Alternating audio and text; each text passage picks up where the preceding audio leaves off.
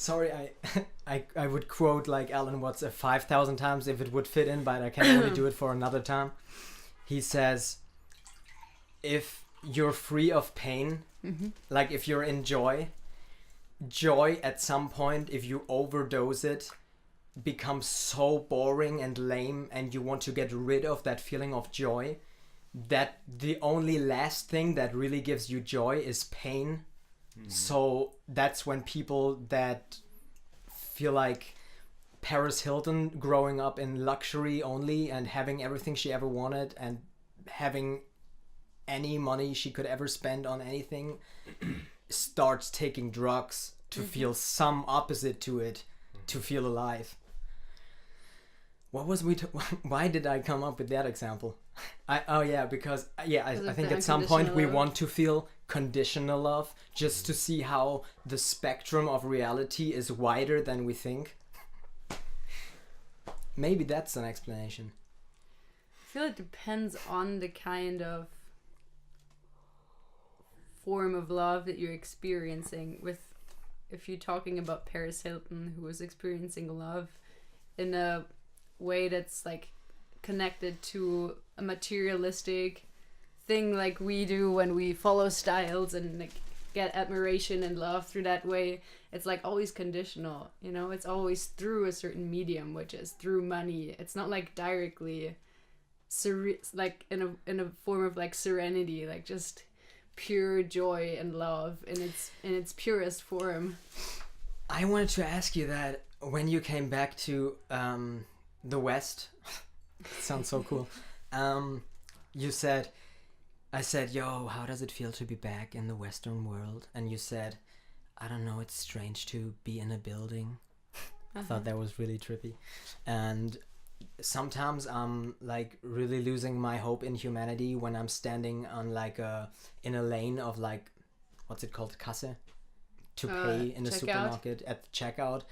And I see how the cashier is doing the same movement for the past 3 hours in a row, and she's always scanning, then asking you to insert the card, then like boringly looking away because she can't even watch people inserting it anymore because it's always her 5 seconds of a pause when people insert the number, and you can see how they automatically like have this zoning out until you say I'm done, then look at it again, and you know this whole process of being totally in routine. And you can not only see she did that today, you can see that she did that for the past 5 years.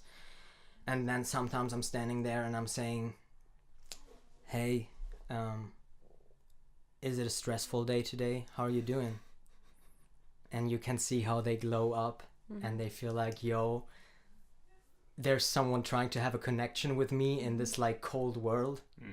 And I always try to like remember that throughout the day when I approach someone stressed out in the supermarket with his, I don't know, with his suit on or something. I think if we would sit down right now and have a beer and just like get relaxed and lose this stupid status things that always are in the back of our minds and stuff, we could be just best friends. Probably we would be. It's always just in our mind. I think really people just really want to have a connection to another person, but there's too much bullshit in between to realize that you're the same.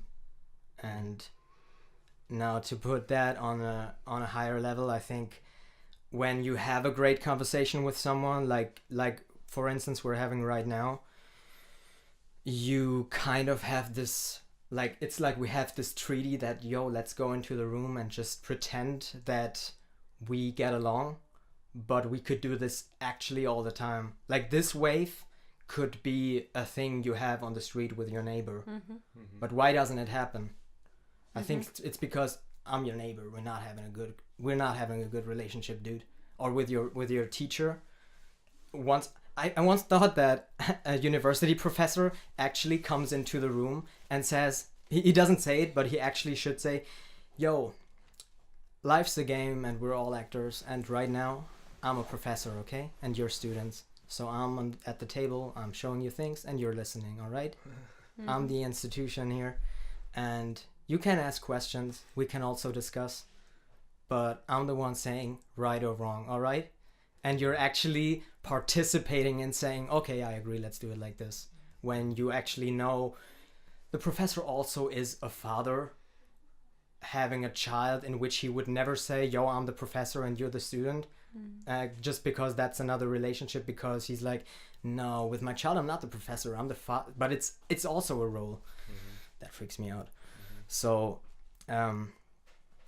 what I think, what makes people like, what still hinders people on having a good like a perfect connection, is even in situations like this, you're like, okay, I feel really connected on an emotional and mental level, but on an existential level I still feel like we're in different bodies, and I will always be this soul like imprisoned in my body who still can't really connect.